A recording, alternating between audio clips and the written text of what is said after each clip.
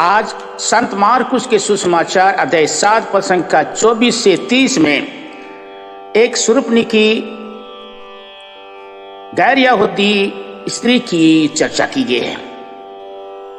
यीशु ख्रीस्त उसके साथ जो व्यवहार किया, संपूर्ण यहूदी समाज और वर्तमान पीढ़ी के मनोभाव को झकझोर देता है, क्योंकि यीशु ख्रीस्त संपूर्ण मानव जाति से प्रेम करते हैं, किसी से भेदभाव नहीं करते हैं। याद रहे, यीशु ख्रीस्त सामाजिक कुरीतियों, रूढ़िवादी परंपराओं और दूरियों को तोड़ना चाहते हैं। यद्यपि सुसमाचार में यहूदियों के मनोभाव को दर्शाने के लिए कहते हैं, बच्चों की रोटी को पिल्लों के सामने डालना ठीक नहीं है। यहां गैर यहूदियों को पिल्ला नहीं कहते और ना ही यीशु ख्रीस्त के मन में उस प्रकार का विचार है, परंतु इस रूढ़िवादी परंपरा को तोड़ने के लिए, हमारी आंखों को खोलने के लिए यह शब्द कहे हैं। जब उस स्त्री ने गिड़गिड़ाया, तब यीशु ख्रीस्त ने कहा, जाओ, तुम्हारे ऐसा कहने से अब दूत तुम्हारी बेटी से निकल गया है। यीशु ख्रीस्त प्यार करते हैं, कहना चाहते हैं, यदि हम तुच्छ हैं, तिरस्कृत हैं, उपेक्षित हैं, यीशु ख्रीस्त हमें प्यार करते हैं। यदि हम दूसरों को तुच्छ, तिरस्कृत, उपेक्षित, नीच सोचते हैं, तो आज आंखें खोलने की जरूरत है।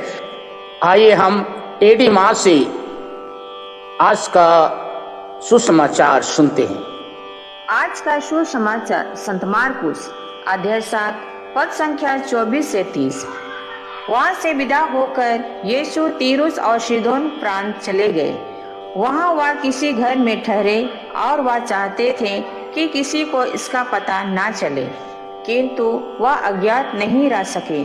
एक स्त्री ने, जिसकी छोटी लड़की को अशुद्ध आत्मा लगा था, तुरंत ही इसकी चर्चा सुनी और वह उनके पास आकर उनके चरणों पर गिर पड़ी। वह स्त्री गैर यहूदी थी, वह तो जन्म से सिरुफिनिकी थी। उसने यीशु से विनती की कि वह उसकी बेटी से अबदूत को निकाल दे। यीशु ने उससे कहा, पहले बच्चे को तृप्त हो जाने दो। बच्चों की रोटी लेकर पिल्लों के सामने डालना ठीक नहीं है। उसने उत्तर दिया, जी हाँ प्रभु, फिर भी पिल्ले मेज के नीचे बच्चों की रोटी का चूर खाते ही हैं। इस पर यीशु ने कहा, जाओ, तुम्हारे ऐसा कहने के कारण अबदूत तुम्हारी बेटी से निकल गया है। अपने घर लौटकर उसने देखा कि बच्ची खाट पर पड़ी हुई है और अबदूत उसमें से निकल चुका है।